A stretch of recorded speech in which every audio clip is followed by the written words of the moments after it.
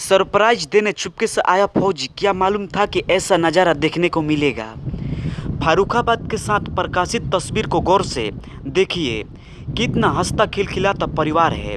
तस्वीर में खूबसूरत चेहरे वाली महिला को देखकर क्या कोई अंदाज़ा लगा सकता है कि जिस्म की हवस के लिए यह अपने पति को धोखा देगी।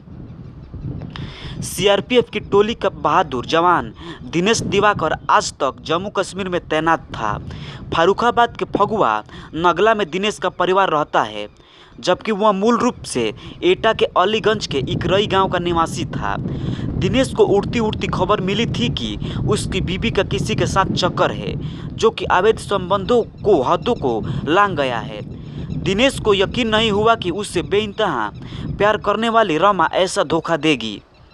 बावजूद वह पड़ताल करने और सरप्राइज देने के इरादे से श्रीनगर से सीधे फारुखाबाद के लिए निकल पड़ा। 2 दिन पहले अचानक घर की चौखट पर पहुंचा तो उसकी बीवी अपने प्रेमी के साथ अतरंग स्थितियों में थी। आगे की कहानी में सस्पेंस और थ्रिल है। केंद्रीय रिजर्व पुलिस बल की 75वें बटालियन के जाबाज हवलदार दिनेश दिवाकर 6 जून को 15 दिन की छुट्टी लेकर घर के लिए निकले थे। उनके मोबाइल की लोकेशन बताती है कि वह 7 जून की रात करीब 1 बजे अपने घर के करीब थे। फिर दिनेश का मोबाइल स्विच ऑफ हो गया। उधर दिनेश की पत्नी रमा ने अपने मोबाइल से 8 जून को दोपहर एटा में रहने वाली अपनी सास को बताया कि दिनेश 15 दिन की छुट्टी पर घर के लिए निकले थे, लेकिन अभी तक पहुंचे नहीं हैं। सास ने घर में बात बताई तो दिनेश ने अपने बड़े भाई रमेश चंद्र को बताया था कि 7 जून को रात 1 बजे बात हुई थी। दिनेश ने बताया था कि घर पहुंच गए हैं। ऐसे में रमा पर शक बढ़ना स्वाभाविक था। दिनेश के गायब होने के 1 दिन बाद उसके घर से कुछ दूर एक खेत में लाश मिली, जिसे पेट्रोल से जलाया गया था। रमा को जानकारी हुई, लेकिन वह शिनाख्त करने नहीं गई। ऐसे में दिनेश की तलाश में एटा से आए भाई रमेश मौके पर गया तो सामने दिनेश की लाश थी। लाश मिलने की जानकारी के बावजूद रमा पहचान करने नहीं गई थी। इसी गलती से रमा का भंडाफोड़ कर दिया। पुलिस तक बात पहुंची और रमा को हिरासत में लेकर सख्ती से पूछताछ हुई तो उसने सनसनीखेज राज उगल दिया। उसने बताया कि दिनेश चुपचाप घर लौटे तो वह अपने कमरे के अंदर प्रेमी अमोल के साथ आपत्तिजनक स्थिति में थी। ऐसे में कपड़े ठीक करने और अमोल को छिपाने में वक्त लग गया। कपड़े पहनने के बाद उसने अमोल को एक बड़े बक्से में बंद कर दिया था। घर के अंदर दाखिल होने के बाद दिनेश ने रमा को मारा पीटा, लेकिन तमाम तलाश के बावजूद अमोल को खोज नहीं पाया। दिनेश से मार खाने के बाद रमा अपनी अदाओं से दिनेश को पिघला दिया। दोनों बच्चों की नींद नहीं खुली थी। ऐसे में दिनेश और रमा बाहर खुले में साथ साथ लेट गए। पुलिस हिरासत में रमा ने बताया कि दिनेश के साथ दाम्पत्य का सुख लेने के बाद उसने सोने का बहाना बना लिया। दिनेश भी सो गए तो प्रेमी अमोल को बक्से से बाहर निकाल लिया। इसके बाद दोनों ने कंबल से दिनेश का मुंह बंद करने के बाद उसका गला घोंट दिया। फिर घर में रखे पेट्रोल से उसकी लाश को फूंक दिया। पति दिनेश को ठिकाने लगाने के बाद रमा ने लाश को कमरे में बंद कर दिया। अगली सुबह बच्चों ने कमरा खोलना चाहा तो रमा ने चाबी देने से इनकार कर दिया। बच्चों ने जिद ठानी तो डांट कर चुप करा दिया। देर शाम को रमा का प्रेमी स्कूटी लेकर आया और रमा की मदद से लाश को लाद कर करीब के खेत में फेंक आया। रमा और अमोल ने लाश के साथ दिनेश का बैग और मोबाइल भी फेंक दिया। यह इसलिए किया कि ताकि लाश मिलने के बाद यह साबित करना आसान रहे कि दिनेश को घर पहुंचने से पहले बदमाशों ने मार डाला था। इस मामले की जांच में जुटे शहर कोतवाली संजीव सिंह राठौर ने रामा को गिरफ्तार करने के साथ ही उसके भाई राहुल और अमोल के मित्र राम गोपाल को हिरासत में लिया है। राम गोपाल का कहना है कि वह घर में परचून की दुकान चलाता है। अमोल उसके गांव का है, लेकिन कोई संबंध नहीं है। दूसरी ओर रामा का भाई राहुल आगरा में बीएड कर रहा है। उसने दावा किया कि जीजा की हत्या में उसका कोई हाथ नहीं है। एक तरफा मोहब्बत में इस प्रॉपर्टी डीलर ने गंवाई थी जान, प्रेमिका का भाई बना था गवाह। आज हम आपको उत्तर प्रदेश के गोरखपुर की उस घटना के बारे में बताने जा रहे हैं जिसके बाद पूरा जिला दहल उठा था। घटना 24 नवंबर 2019 की है, जब शहर के एक प्रसिद्ध प्रॉपर्टी डीलर बलराम की मौत हुई थी। इस घटना में हैरान करने वाली बात यह रही कि प्रॉपर्टी डीलर की मौत उसकी प्रेमिका के घर के सामने हुई थी। बताया जाता है कि उसकी मौत एक तरफा मोहब्बत में हुई थी। वहीं पुलिस ने इस मामले में एक 6 साल के बच्चे को गवाह बनाया था। शहर के खोराबार के मदरहवा निवासी बलराम यादव की नवंबर 2019 में रामनगर कजड़हवा निवासी आकृति दुबे के घर के बाहर गोली लगने से मौत हो गई थी। उसके सिर में 2 गोली लगी थी। शव युवती के घर के बाहर पड़ा था। इस मामले में बलराम यादव के भाई सिकंदर की तहरीर पर पुलिस ने आकृति दुबे और उसकी मां पर हत्या का केस दर्ज किया था। बलराम यादव के भाई ने कहा था कि एक तरफा मोहब्बत में मेरे भाई की हत्या हुई है, तभी से दोनों आरोपी घर का ताला बंद कर फरार हैं। न पिस्टल बरामद और न ही आरोपी की गिरफ्तारी हुई। स्थानीय पुलिस अब तक फरार युवती को भी नहीं पकड़ पाई है। पुलिस ने मृतक का हैंडवॉश भी नहीं लिया है, जिससे पता चल सके कि गोली बलराम ने ही चलाई थी या किसी अन्य ने। घटना के बाद युवती के घर से मिले उसके 6 वर्षीय भाई ने बताया था कि पिस्टल दीदी और मां लेकर चली गई हैं। गोली खुद बलराम ने चलाई थी। इसके बाद पुलिस ने मामले में फाइनल रिपोर्ट लगा दी। बलराम के भाई सिकंदर की फरियाद के बाद मामले की जांच क्राइम ब्रांच को सौंप दी गई है। करीब 4 महीने तक विवेचना क्राइम ब्रांच में लंबित पड़ी रही। इसके बाद परिजनों की ओर से हाई कोर्ट में प्रार्थना पत्र दायर किया गया है, जिस पर कोर्ट ने पुलिस को 3 महीने में बलराम यादव की मौत की गुत्थी सुलझाने का आदेश सुनाया है। हालांकि अभी तक मामले का खुलासा नहीं हो सका है। सीओ कैंट सुमित शुक्ला के मुताबिक केस की जांच के दौरान एक वीडियो मिला है जिसमें तमंचा ले जाते बलराम दिखाई दिया था। इसके अलावा आसपास के कुछ जस्मदीद भी इसकी तस्दीक किए थे। मनीष गुप्ता की सांसें थमने के बाद 100 ठिकाने लगाने के फिराक में थे पुलिसकर्मी। एसआईटी की जांच में खुलासा। मनीष गुप्ता हत्याकांड के मुख्य आरोपी इंस्पेक्टर जगत नारायण और दरोगा अक्षय मिश्रा की गिरफ्तारी के बाद एक बड़ा खुलासा हुआ है। वारदात की रात जब मनीष की सांसें थम गई थी और पुलिसकर्मियों को एहसास हो गया था कि उसकी मौत हो गई है, तब आरोपी का 100 ठिकाने लगाने के प्रयास में जुटे थे। आखिर में जब उनको कोई रास्ता नहीं सूझा तब वे बीआरडी मेडिकल कॉलेज पहुँचे थे। इसलिए उनको निजी अस्पताल से मेडिकल कॉलेज पहुंचने में करीब 2 घंटे का समय लगा। एसआईटी ने इस तथ्य को अपनी जांच में भी शामिल किया है। गोरखपुर कृष्ण होटल में 27 सितंबर की रात पुलिस ने कमरा नंबर 512 में दाबिश दी थी। इस दौरान पुलिसकर्मियों ने चेकिंग के नाम पर बर्रा 3 निवासी मनीष को पीट कर मरणासन कर दिया था। बेजान मनीष को वह सबसे पहले पुलिस की जीप में लेकर मानसी अस्पताल पहुंचे थे। डॉक्टर ने बताया था कि मनीष की नब्ज नहीं चल रही है। तत्काल इनको लेकर बीआरडी मेडिकल ले जाया गया। अस्पताल में प्रशासन ने मनीष को वहां से रेफर कर दिया था। एसआईटी की जांच में सामने आया है कि जब यहां से पुलिसकर्मी मनीष को लेकर रवाना हुए तो उनको यकीन हो गया था कि मनीष की मौत हो चुकी है। वह तकरीबन 2 घंटे बाद बीआरडी मेडिकल कॉलेज पहुंचे, जहां डॉक्टरों ने मनीष को मृत घोषित कर दिया। एसआईटी ने जब यह पता करना शुरू किया कि जिस दूरी को 10 मिनट में कवर करना था उसमें पुलिसकर्मियों को 2 घंटे क्यों लगे, जब सीसीटीवी फुटेज एवं अन्य तथ्यों से स्पष्ट हुआ कि पुलिसकर्मी वहां थाने गए, गाड़ी भी बदली। इस पूरे समय में वह घूमते रहे। कुछ जगहों पर वह रुके भी थे। इस दौरान मनीष के शव को ठिकाने लगाने के प्रयास में जुटे। उनको समझ नहीं आ रहा था कि अब करे तो करे क्या। अंततः तब जब समझ नहीं सके कि शव का क्या किया जाए तो वह सीधे मेडिकल कॉलेज पहुँचे। सूत्रों के मुताबिक एसआईटी की जांच में सामने आया था कि जब गाड़ी में बेजान मनीष को लेकर पुलिसकर्मी घूम रहे थे तो एक पुलिसकर्मी ने इंस्पेक्टर जगत नारायण सिंह से कहा कि शव को कहीं ऐसे ही फेंक देते हैं, बाद में लावारिस में बरामद होगा। आगे की कार्रवाई जांच में होती रहेगी। इस पर जगत नारायण ने कहा कि ऐसा करने से और फंस जाएंगे। होटल से सब मनीष को लेकर चले थे, तब उसके दोस्त एवं होटल प्रशासन मौजूद था। मानसी अस्पताल प्रशासन भी इसका गवाह है कि बाकी तमाम फुटेज में भी हम लोग कैद हुए हैं, लिहाजा मेडिकल कॉलेज चलने के अलावा दूसरा कोई रास्ता नहीं है। मीनाक्षी बोली, सजा मिलने तक संघर्ष जारी रहेगा। हत्यारोपी इंस्पेक्टर और एक दरोगा अक्षय मिश्रा की गिरफ्तारी की जानकारी जब मनीष की पत्नी मीनाक्षी को हुई तो उनको थोड़ी संतुष्टि मिली।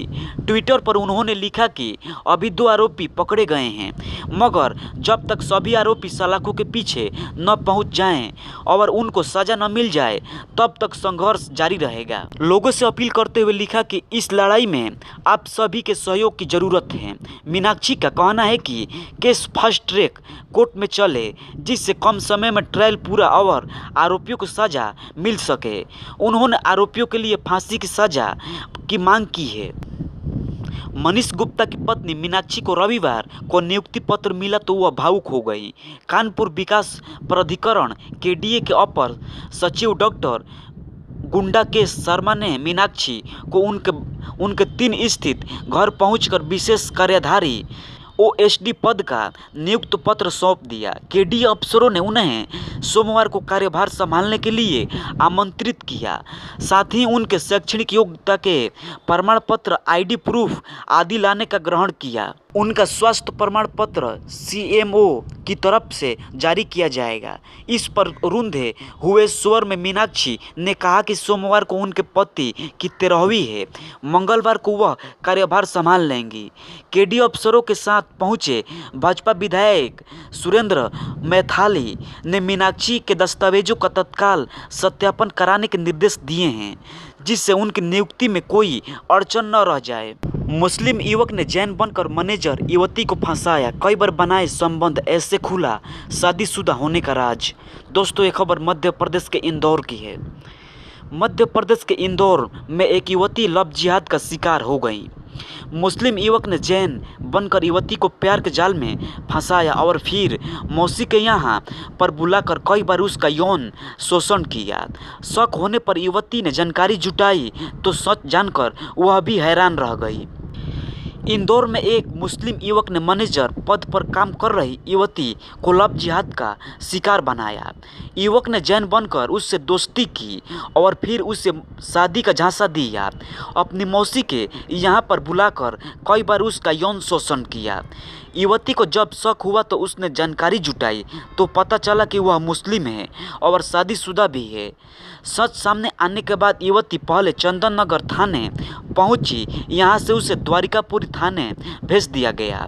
घटनास्थल सुखलिया का होने के कारण द्वारिकापुरी पुलिस ने शून्य पर कायमी करते हुए मामला हीरानगर पुलिस को सौंप दिया।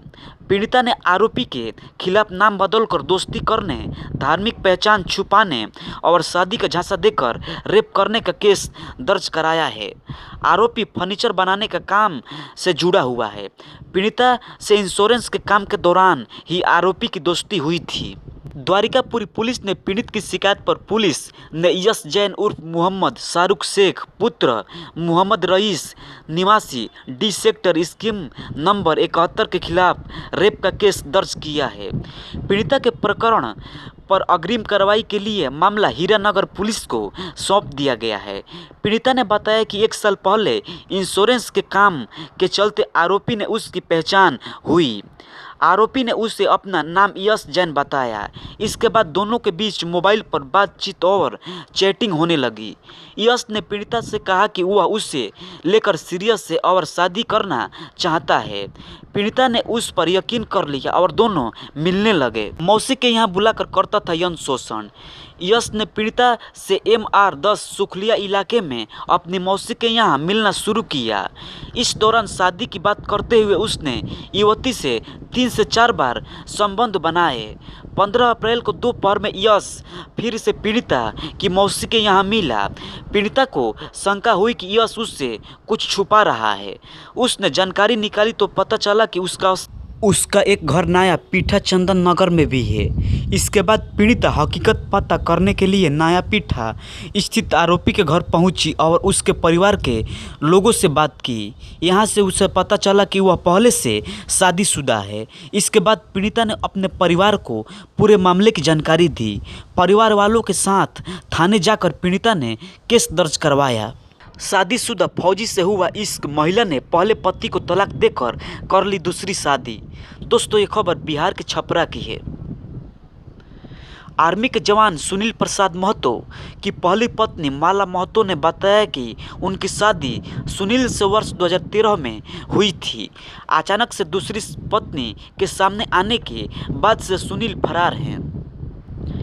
बिहार के छपरा जिले के ततैया स्थित डुमरी छपिया गांव में उस वक्त हंगामा मच गया जब पहली पत्नी के रहते दूसरी पत्नी घर पहुंच गई।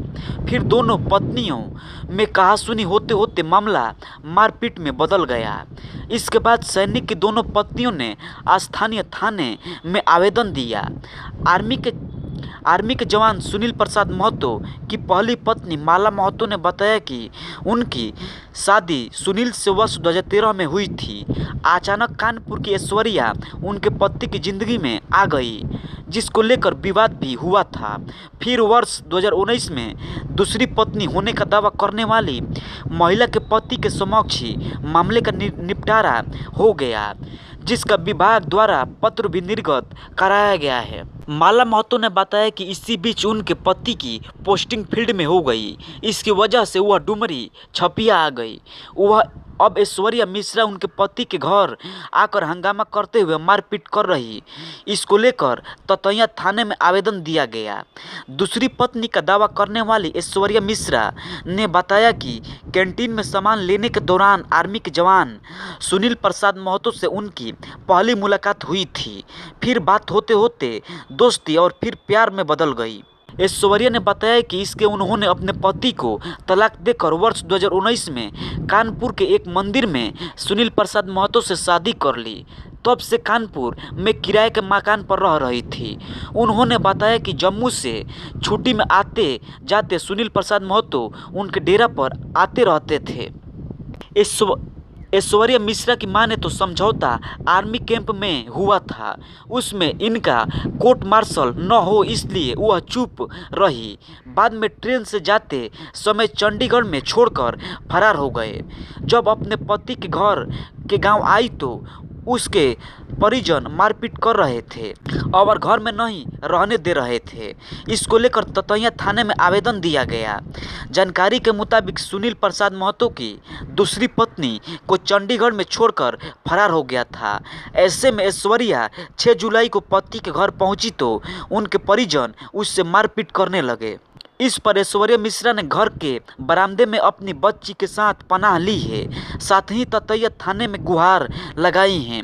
उन्होंने बताया है कि पति सामने आए और डीएनए जांच कराएं तो स्पष्ट हो जाएगा कि बच्ची किसकी है। आर्मी जवान की पहली पत्नी से 4 वर्षीय पुत्री आदिति है तो दूसरी पत्नी से 2 वर्षीय पुत्री निमिष्ठा है। दूसरी पत्नी अपने पति अनुज गुप्ता से तलाक लेकर आर्मी के जवान से शादी का दावा कर रही है। भाई निकला कातिल, ऐसे दिया था दोहरे हत्याकांड को अंजाम। ये रही 2 दोस्तों की कत्ल की बड़ी वजह। दोस्तों, ये खबर उत्तर प्रदेश के मुजफ्फरनगर की है। उत्तर प्रदेश के मुजफ्फरनगर जनपद में पुलिस ने 2 दोस्तों की हत्या का खुलासा कर दिया है। इन दोनों की हत्या एक युवक के तेहरे भाई ने ही साथियों के साथ मिलकर की थी। प्रॉपर्टी के साथ लाखों के लेन देन का विवाद हत्याकांड की वजह रही। पुलिस ने 3 आरोपियों को गिरफ्तार कर सनसनीखेज डबल मर्डर का खुलासा कर दिया है। हालांकि मुख्य आरोपी समेत 4 लोग अभी भी फरार हैं। पुलिस लाइन स्थित सभागार में सोमवार को प्रेस वार्ता करते हुए एसएसपी अभिषेक यादव ने बताया कि गत 30 जून को शांतिनगर स्थित अनुज चौधरी के मकान के शामली जनपद के गांव सिंभला का निवासी अमित पुत्र राजकुमार का शव बरामद हुआ था, जबकि अनुज लापता था। राजकुमार ने अनुज चौधरी पर ही हत्या का आरोप लगाते हुए रिपोर्ट दर्ज कराई थी।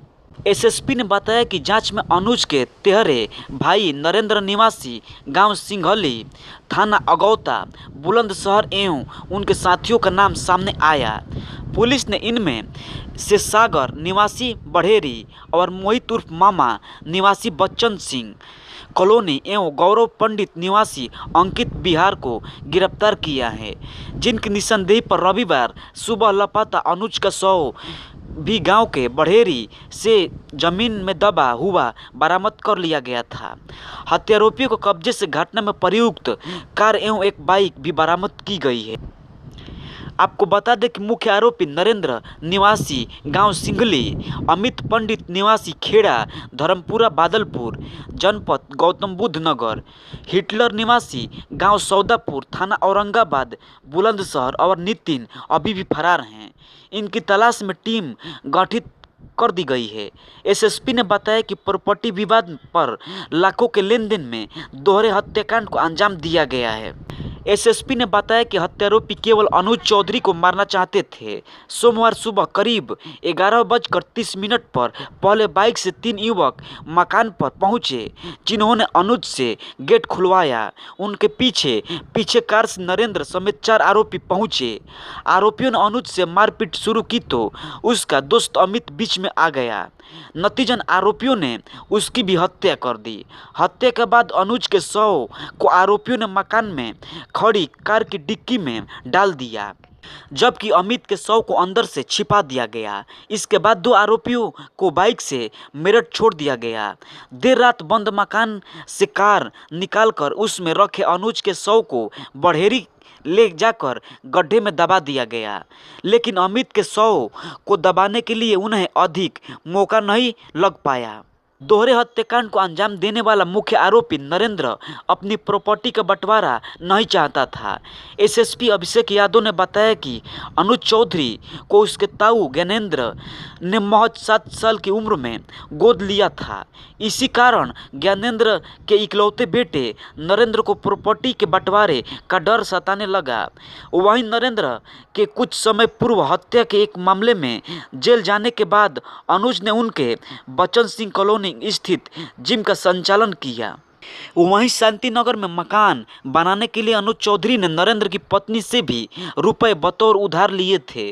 कई बार दोनों भाइयों में इस बात को लेकर विवाद हुआ, जिसमें नरेंद्र ने अनुज पर मुकदमा भी गोली चलाने के दर्ज कराए थे।